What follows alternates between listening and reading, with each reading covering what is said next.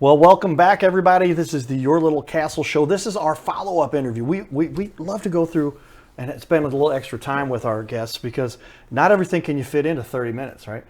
We do have, there's a lot of other options out there for people to do things to get on TV, and we love to bring the attention to the businesses in our area, but 3 or 4 minutes doesn't cut it, and so we've got 2 half-hour shows dedicated to our guest here today, James Dawson, Custom Painting.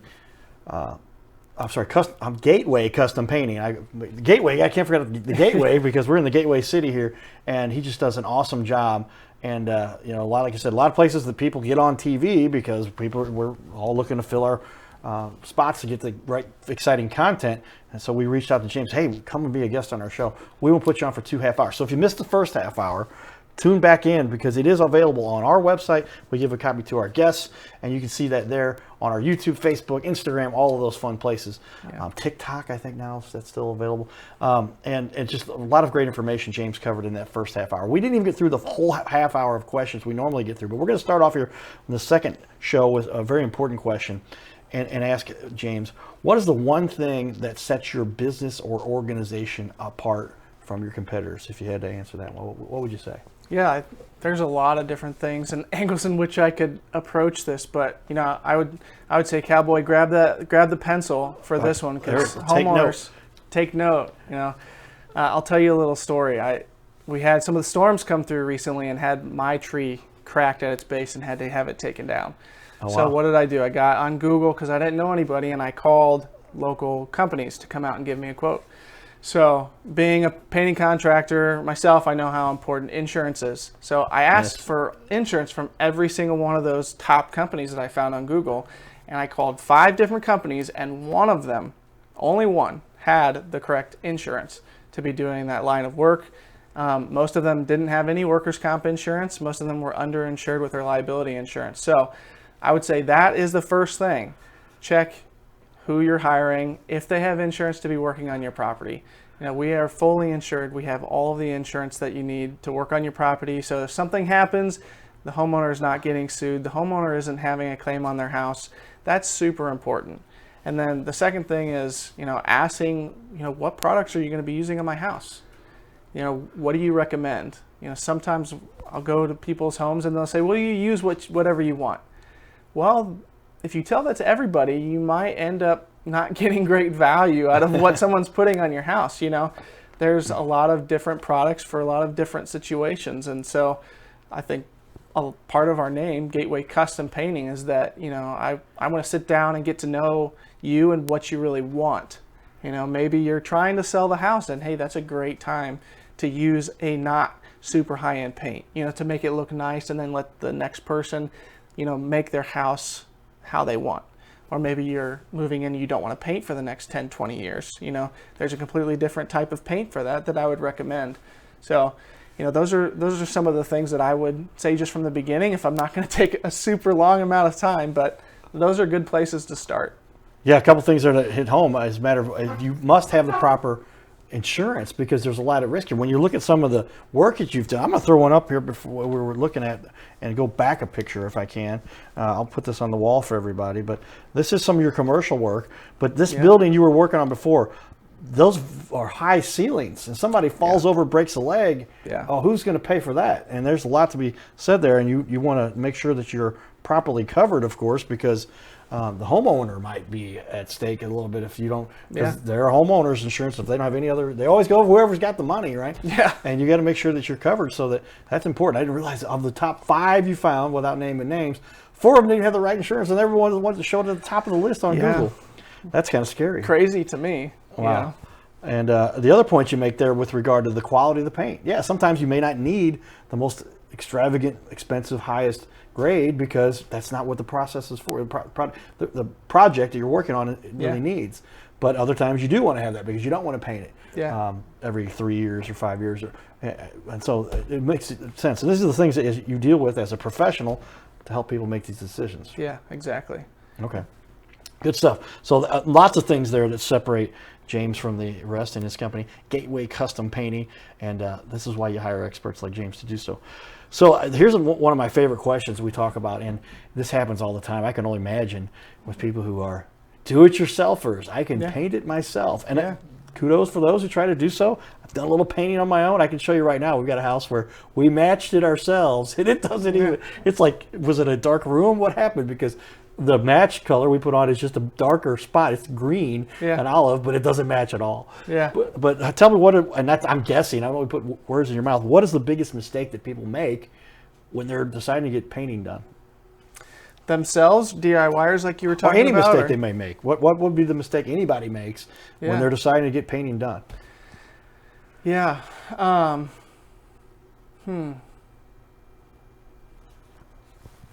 Because I know some mistakes that have been made and they can be made.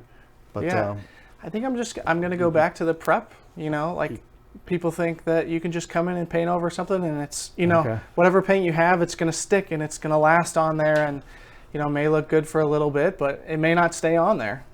Just the value that you get out of that or the longevity. And going back to the process, if you don't follow that process from beginning to end properly, the paint's not going to stick to something.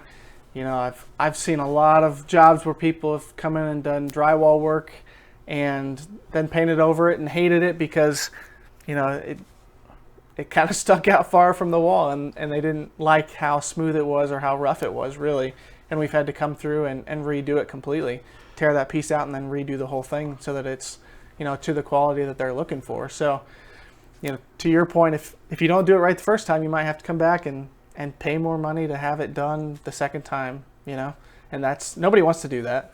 Yeah, I was going to say, I can imagine painting is one of the most tedious tasks. It's very intensive. A lot of labor involved to make it look right. But we certainly wouldn't have to do that twice, right? Especially if you have to buy the materials again and the labor involved with that. That's a process that you make sure you get this done. Ladies and gentlemen, do it right the first time. We're talking about because cheap becomes very expensive when you're trying to save some money. And the point you made there also is a matter of make sure you remove all the old paint. How often do people just say, "I'll just paint over what you've got"? But if it's chipping, I guess, is there sometimes you can do that, and that's going to be a paint job that's like it must have been still in great shape. But why are you painting it then? You just needed to change the color or something. But if it's chipping off, and now you leave some of the chips there and some of it not, it's going to flake off and not last near as long. Is that true? Yeah, in those spots, especially on the outside of the house. I mean, we get some pretty crazy weather here.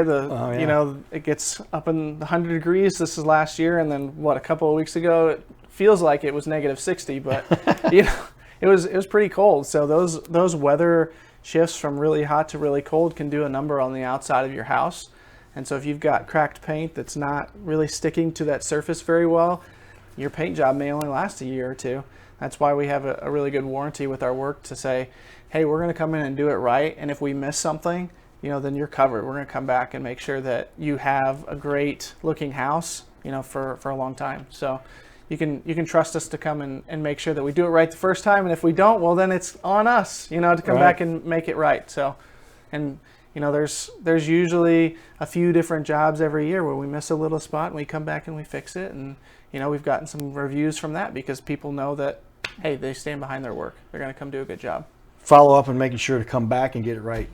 That's key. How often is a job done perfectly the first time? I mean, I guess a high percentage, but there's still times when you have to come back and follow up to make it right, to finish and make sure everything's exactly the way the customer. Even if it was a minor change, they may have wanted or something adapted. But that's important, especially when you have a painting job as such. It's so critical to making the value of these houses.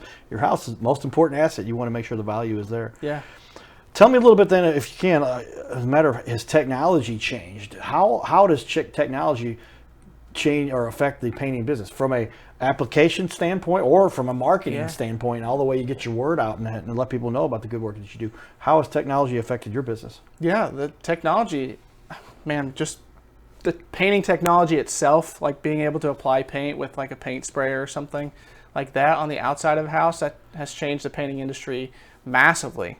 There was brushes initially, then there was rollers, and nobody wanted to use rollers because it was new technology. Now there's sprayers, and you can use those on the outside of the house. And I think we even have some videos of us using a sprayer on some exterior painting. But that helps us provide a great quality service to people because it makes the uniform finish really, really nice on the outside of a house, and you can apply a product really quickly and efficiently by covering everything that you need to not get paint on surfaces that you don't want to get paint on, but then getting it on the surface really quickly. So that helps cut down on cost and just makes it more aesthetically pleasing as well.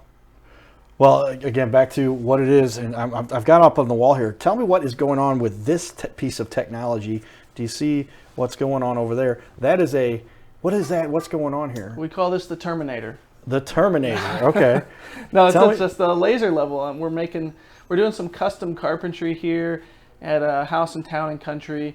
We have a dining room here where a great customer of ours, she's used us, I think 6 or 7 times at this point, and this is a brand new house. She wanted to have custom molding put into her dining room and then all painted. Wow. So I see why they call it the Terminator now. Yeah. I see the plus sign over there. We're wanting to make sure that it was done right the first time, and so we took a little bit of extra time to make sure that it looked right to us, visually, but also getting some, other technology like you were talking about to help us do a good job for our customers. And just adding on to that a little bit, you mentioned Google reviews and people putting reviews on there. I mean, that helps get the word out about companies in the area, and one of the reasons why we really appreciate people taking that time out to write us a review, and that helps a ton. Yes, it's a matter of getting the word out and speaking well of your own company. Let people know what you do, and if people are going to write it about you, share that out there, especially because that's why the incredible reviews that have been gained here by Gateway Custom Painting. James and his crew. I'm going to throw that up on the wall again for everybody. Just take a look there for a second at the Google reviews. You can see if you just do a Google search. And the way I do this, I'll put the name of the company, Gateway Custom Painting, reviews. And then here it is. And you can see he's got all kinds of great stuff out there about his company and a ton of great reviews. So I'm proud of you guys for that. Keep up the good work. This is how we want to demonstrate an exemplary business who's doing a good job with all of that. But with that, tell me a time when you feel as though you really helped a client, a time when there was a particularly difficult or tough situation and you said, we got to come through for these guys. We're going to have to make it an exception here or do something. I'm sure you've got you've got 119 reviews. I can only imagine you usually get about 10% as many reviews as you have clients. Yeah. So that would mean you'd have over 1,000 clients at least, probably more. Yeah. And there's got to be a few great examples of times you've really gone out of the way because you had to do what was right and do some extra. We do that here sometimes too. Yeah. Can I fix this? Can we change that? Can we edit this? Make them happy because it's all about just giving the right satisfaction to keep a customer happy. Tell me a time or two when you've got an example like that. Yeah. Off the top of my head, I can think of one specific client that it was about a year ago that this happened, and this gentleman unexpectedly had his father pass away. He was in it was very unexpected. I don't remember the specific details behind it, but he inherited this condo, and it kind of was in pretty rough shape. There was some moldy drywall. There was drywall tape that was kind of hanging down. There was some mismatched colors, not matched colors, like you said, in some rooms where they tried to touch it up. Done that, yeah. Things like that. And it was a tough time for him to go through, completely unexpected, for his father to pass away. And, he was wanting to update that and sell it so that, he could, make some money, off of getting rid of that condo. And it really needed a lot of work, but we came in there and we're able to help him from, beginning to end, making suggestions, bringing in our color consult Jessica, and going through all these different colors and working with the real estate agent. And this one really stands out to me because it was a huge transformation from the beginning to the end when they chose very different colors. It was nice and updated and bright. And then they were able to sell this place for over $20,000 over asking price. And the reason that I even know that is because they came back after the fact. Usually we don't hear those things. Hey, we finished the job, here's the invoice, and then, they sell the house soon after. But they were so happy about how much they were able to sell the house for that they came back and let me know how much they ended up selling it for. And I was like, wow, that's seems like really privileged information. There you go, ladies. Helping the community make a difference. That's when we put the cowboy hat on. That's got to be rewarding. Having people tell me, hey, we actually made an extra 20 grand Yeah. A lot to do with the work. And that's where these realtors we've worked with and know a ton of them, and all very professional, say painting, painting, painting. If you get that house to look right, because the painting is done. There's so much you can fix with regard to the painting too, right? You were talking about people put holes and pieces of molding. What all is there really involved that you really get to improve the value of a house when you paint? Not just the paint, but the overall and how you make it look better. Can you touch on that real quick? Yeah. When you're trying to transition your little castle into someone else's little castle and getting them to visually see what this new house could be, creating a blank canvas. When you think of a blank canvas, you think of a nice white sheet of paper that it's all, nice and even sheen. There's not scuff marks and other things on there. You can kind of visualize and create a new masterpiece of your own on this blank sheet. So coming in and helping do that, and I use that visual representation because some walls get really dinged up and it's rough, or we need to do some drywall patching, or it's scuffed up, or the colors might not be as bright, and it might not be looking like a blank canvas. It may look like two walls are one color and two walls are another color. That's may not be what someone is looking for, but just coming in and creating that nice open, airy, and blank canvas feel is really, really where it's at. And that's what makes a house look professional, that somebody can walk in and say, wow, this is the house I want, because it looks dynamite, looks new. You can take an old house and make it look new by putting the right kind of paint on there to finish up a job and make it look right. Well, you've impressed the prospect. They say, I'm ready to hire you. What is the process for somebody to get started with you? Yeah, that's a great question. So we use a lot of technology, like you were saying, and in kind of our estimating process. We have that contract sent to them, and then they're able to go ahead and accept that, and we get digital. We keep all of our proposals digitally, so we'll get a notification immediately, and then that gets passed off to our production manager, Connor.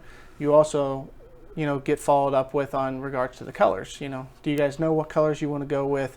Do you need help choosing colors, and different sheens for different areas? So we immediately start on that process of helping you make the decisions that are going to be best for your situation. So if someone does want to use our color consultant, Jessica, then we'll get her on the schedule to go out to their house and meet them in person, where she has a whole lot of material that she can walk through with our clients to help them choose a color that they're really gonna love.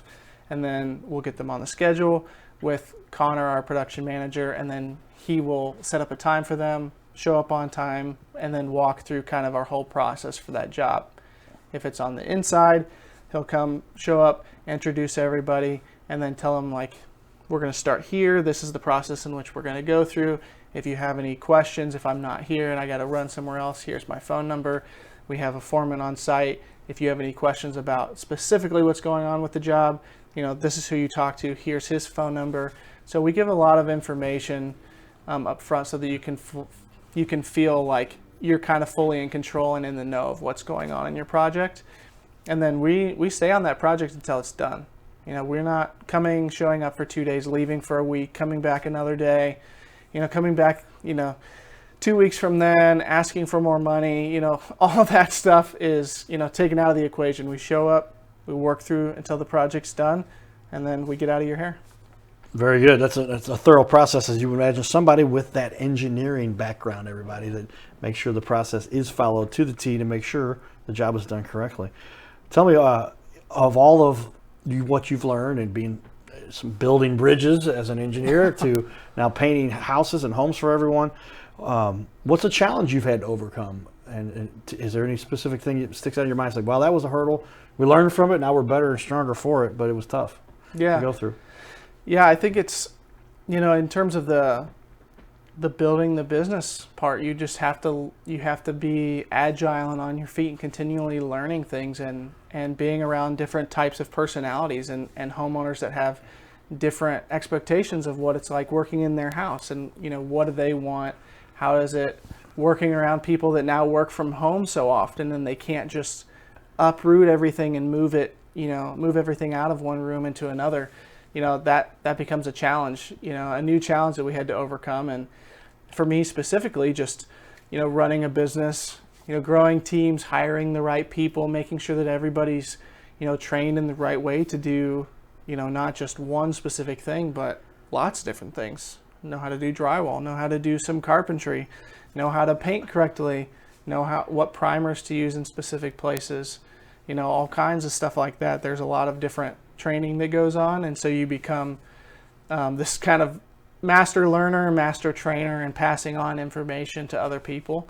That's definitely been a challenge, and it's every day you're continuing to learn, continue to grow on that. There you go, ladies and gentlemen. That's why we bring in experts covering this from all sides. And to me, is when you talk about painting, you think, oh, it's just taking a brush and putting some paint on. Maybe you get the fancy sprayer thing. But what you're talking about, you've got to deal with drywall and then plaster and then carving and carpentry. The carpenter's knife. How many times has somebody got one of those out? Man, that thing's sharp. Yeah. But all of those pieces are part of what you have to put together to make this whole job complete. It's not just as simple as going and slapping some paint on the wall. Oh, yeah. And matching it and all the other things that are relative to that, too. Yeah. Okay, tell me, is there a favorite quote that kind of inspired you as a kid? Somebody that, something that helps you realize, where you're going and how you're going to focus to make your business successful? Well, I wouldn't say that it's a quote as a kid, but it's definitely something that, like, as of recently and then that last year, I found that I really, really gravitated towards going back to like growing teams, and like you're kind of pushing your business forward yourself if you're a solo owner. So I don't like to necessarily read quotes, but I'll read this quote because it's kind of long. Okay. So it says, I have come to the frightening conclusion that I am the decisive element. It's my personal approach that creates the climate. It is my daily mood that makes the weather. I possess tremendous power to make life miserable or joyous. I can be a tool of torture or an instrument of inspiration. I can humiliate or humor, hurt or heal. In all situations, it is my response that decides whether a crisis is escalated or de-escalated, and a person is humanized or dehumanized. If we treat people as they are, we make them worse. If we treat people as they ought to be, we help them become what they are capable of becoming. And that is by Johann Wolfgang Van Gogh. It's a long name, so I can't. No, I appreciate that. We do often ask people to give us a quote for something that's been impactful. There's a lot being said there, but I mean, essentially, my summary of that is you make life what you want to out of it, based on your attitude towards what you're going towards. And if you're going to be rude or disrespectful or condescending or just negative, then what do you expect from that except the same? And so, but if you're positive and enlightening and encouraging, well, you can really make the world a better place. You control that. Yeah. Absolutely. Powerful stuff. I'm like really glad you shared that, because we haven't had that in that depth. I mean, we kind of summarized that, but that's a very good quote. And glad we wrote that down so that you can make sure you cover that properly. I would not have been able to memorize that. That is quite a quote for most people to endure. Brought to you by Gateway Custom Painting, James Dawson. Thank you, James. That was good. Well, to tell me, what gives you the most satisfaction on a daily basis? If you said, this is what I get up for every day, what would you say is the one thing that kind of makes this whole thing happen for you, to bring you to work every day? Yeah. So I just give you a perfect example. I sit down with my team and I meet with them on a weekly basis to kind of go over personal goals and things that they have as well, and help them grow, outside of work into, whatever they have for them in the future. I understand that, not everybody is going to stay in the same job for 40 years.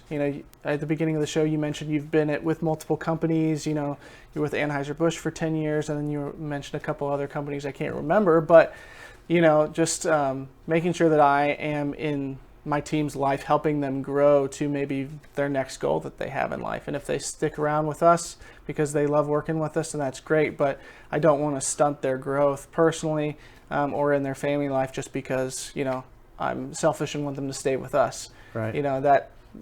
So really me getting up, helping the other people achieve their goals, either, maybe it's, relationally, maybe it's with their family, maybe it's financially, but being there for my team is really fun. I like that. Well, great stuff. And again, when you're running a business, these are the things you need to pay attention to.